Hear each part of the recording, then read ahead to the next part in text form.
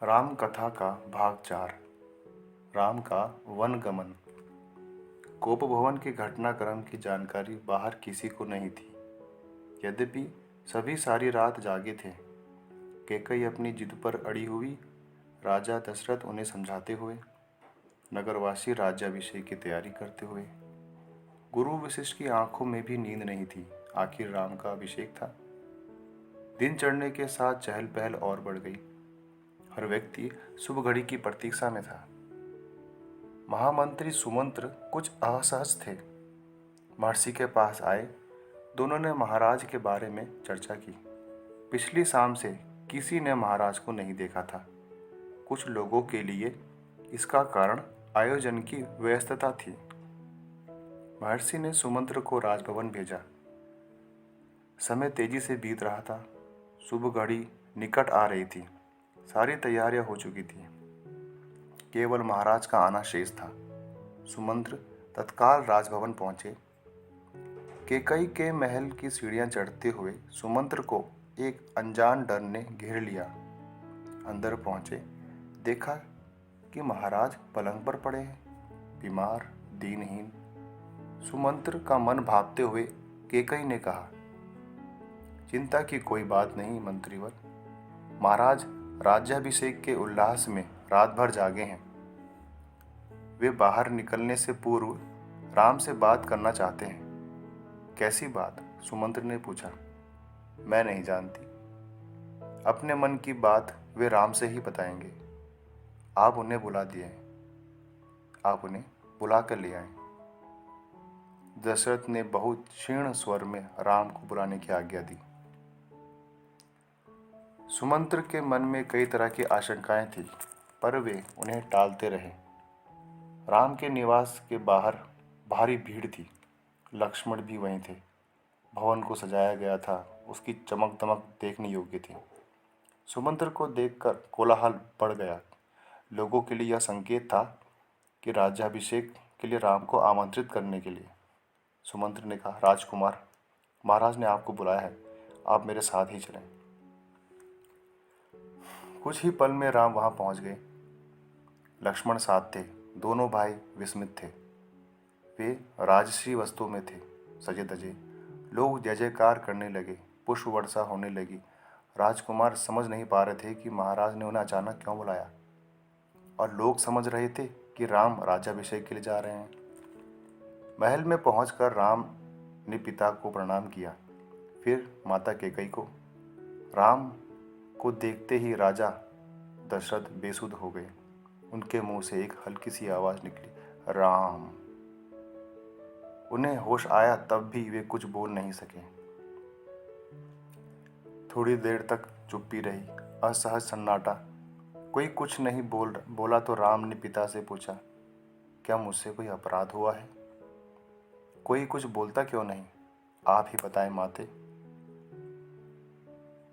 महाराज दशरथ ने मुझे एक बार 2 वरदान दिए थे।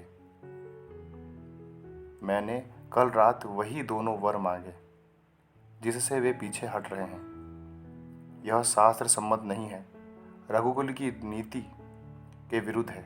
कैकई ने बोलना जारी रखा, मैं चाहती हूँ कि राज्याभिषेक भरत का हो और तुम 14 वर्ष वन में रहो। महाराज यही बात तुमसे नहीं कह पा रहे हैं। राम संयत रहे। उन्होंने दृढ़ता से कहा, पिता का वचन अवश्य पूरा होगा। भरत को राजगद्दी दी जाए। मैं आज ही वन चला जाऊंगा। राम की शांत और सदी हुई वाणी सुनकर कैकई के चेहरे पर प्रसन्नता छा गई। उसकी मनोकामना पूर्ण हुई। राजा दशरथ चुपचाप सब कुछ देख रहे थे, स्पंदनहीन। कैकई की ओर देखते हुए उनके मुंह से बस एक ही शब्द निकला, धिक्कार। कैकई के महल से निकलकर राम सीधे अपनी माँ के पास गए। उन्होंने माता कौशल्या को कैकई भवन का विवरण दिया और अपना निर्णय सुनाया। राम वन जाएंगे। कौशल्या सुनकर सुध खो बैठी। लक्ष्मण अब तक शांत थे, पर क्रोध से भरे हुए। राम ने समझाया और उन्हें वन जाने की तैयारी करने के लिए कहा। कौशल्या का मन था कि राम को रोक ले, वन न जाने दे, राजगद्दी छोड़ दे, पर वह अयोध्या में रहे। उन्होंने कहा, पुत्र, यह राज आज्ञा अनुचित है, उसे मानने की आवश्यकता नहीं।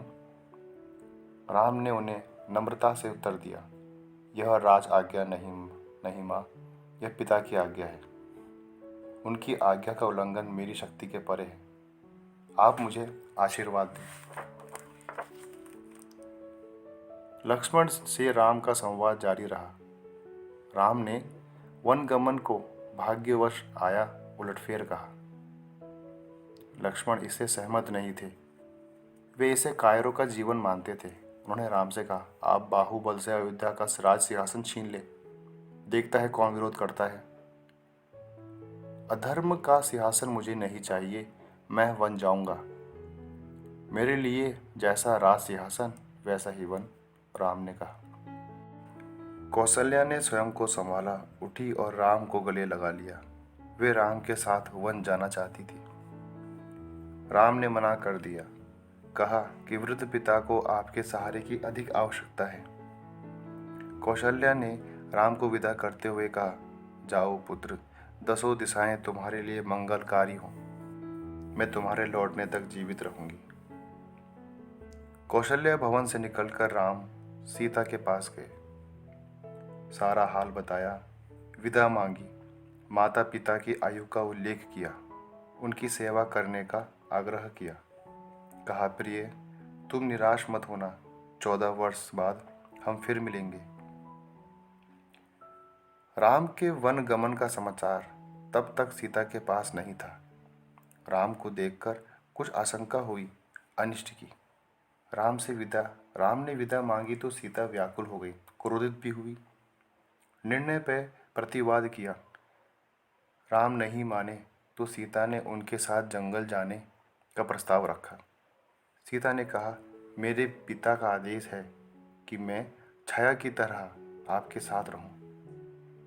अंततः राम ने उनकी बात माननी पड़ी। तभी लक्ष्मण भी वहां आ गए। वह भी साथ जाने को तैयार थे। राम ने उन्हें स्वीकृति दे दी, शीघ्र तैयारी करने को कहा। राम चाहते थे कि सीता वन न जाए, अयोध्या में रहे।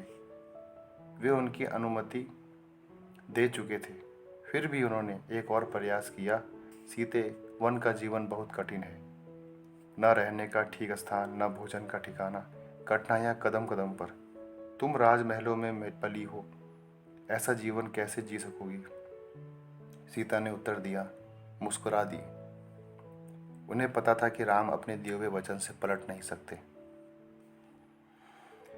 राम वन जा रहे हैं, यह समाचार पूरे नगर में फैल चुका था। नगरवासी दशरथ और कैकेयी को धिक्कार रहे थे। कुछ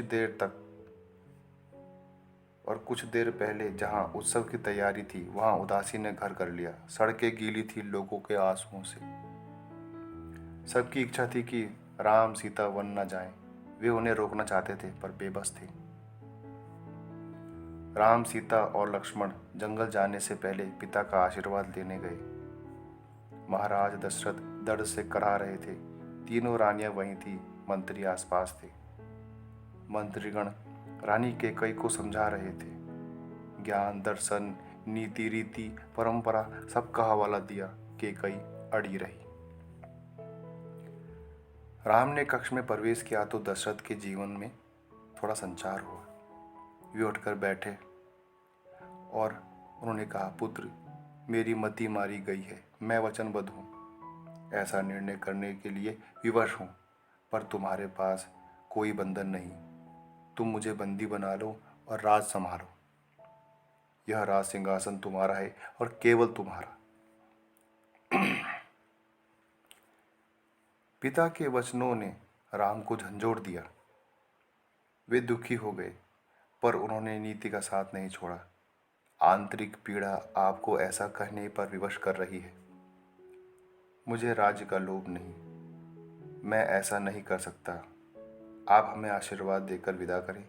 विदाई का दुख सहन करना कठिन है, इसे और न बढ़ाएं। इसी बीच रानी कैकेयी ने राम, लक्ष्मण और सीता को वल्कल वस्त्र दिए।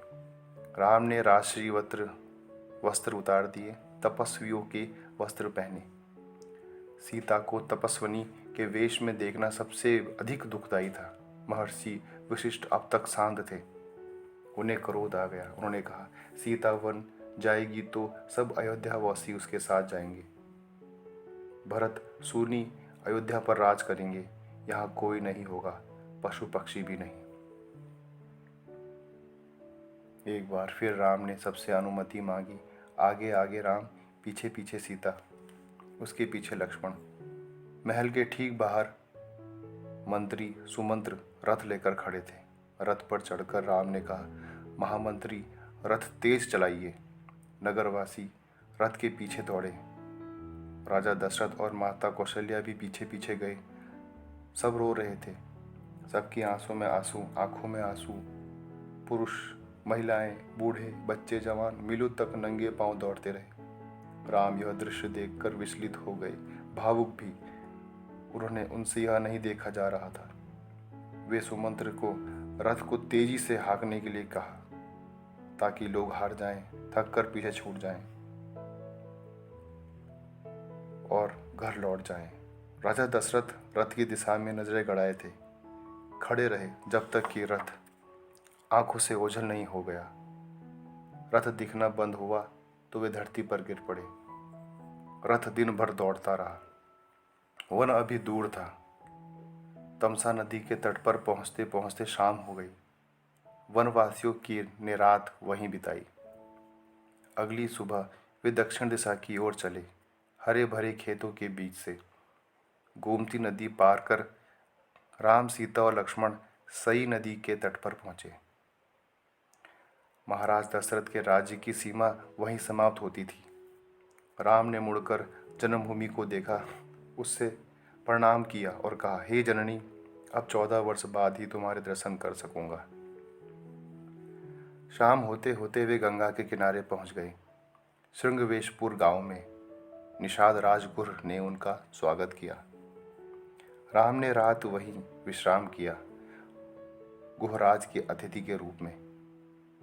वन क्षेत्र आ गया था, नदी के पार। अगली सुबह राम ने महामंत्री को समझा बुझाकर वापस भेज दिया। दोनों राजकुमार और सीता नाव से नदी पार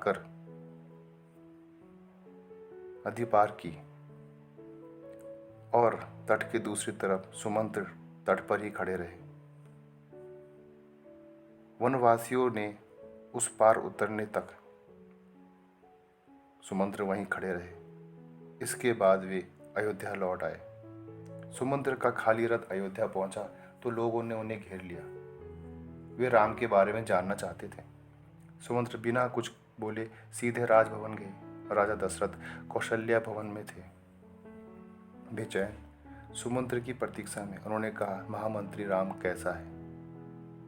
सीता कैसी है? लक्ष्मण का क्या समाचार है? वे कहाँ रहते हैं? क्या खाते हैं?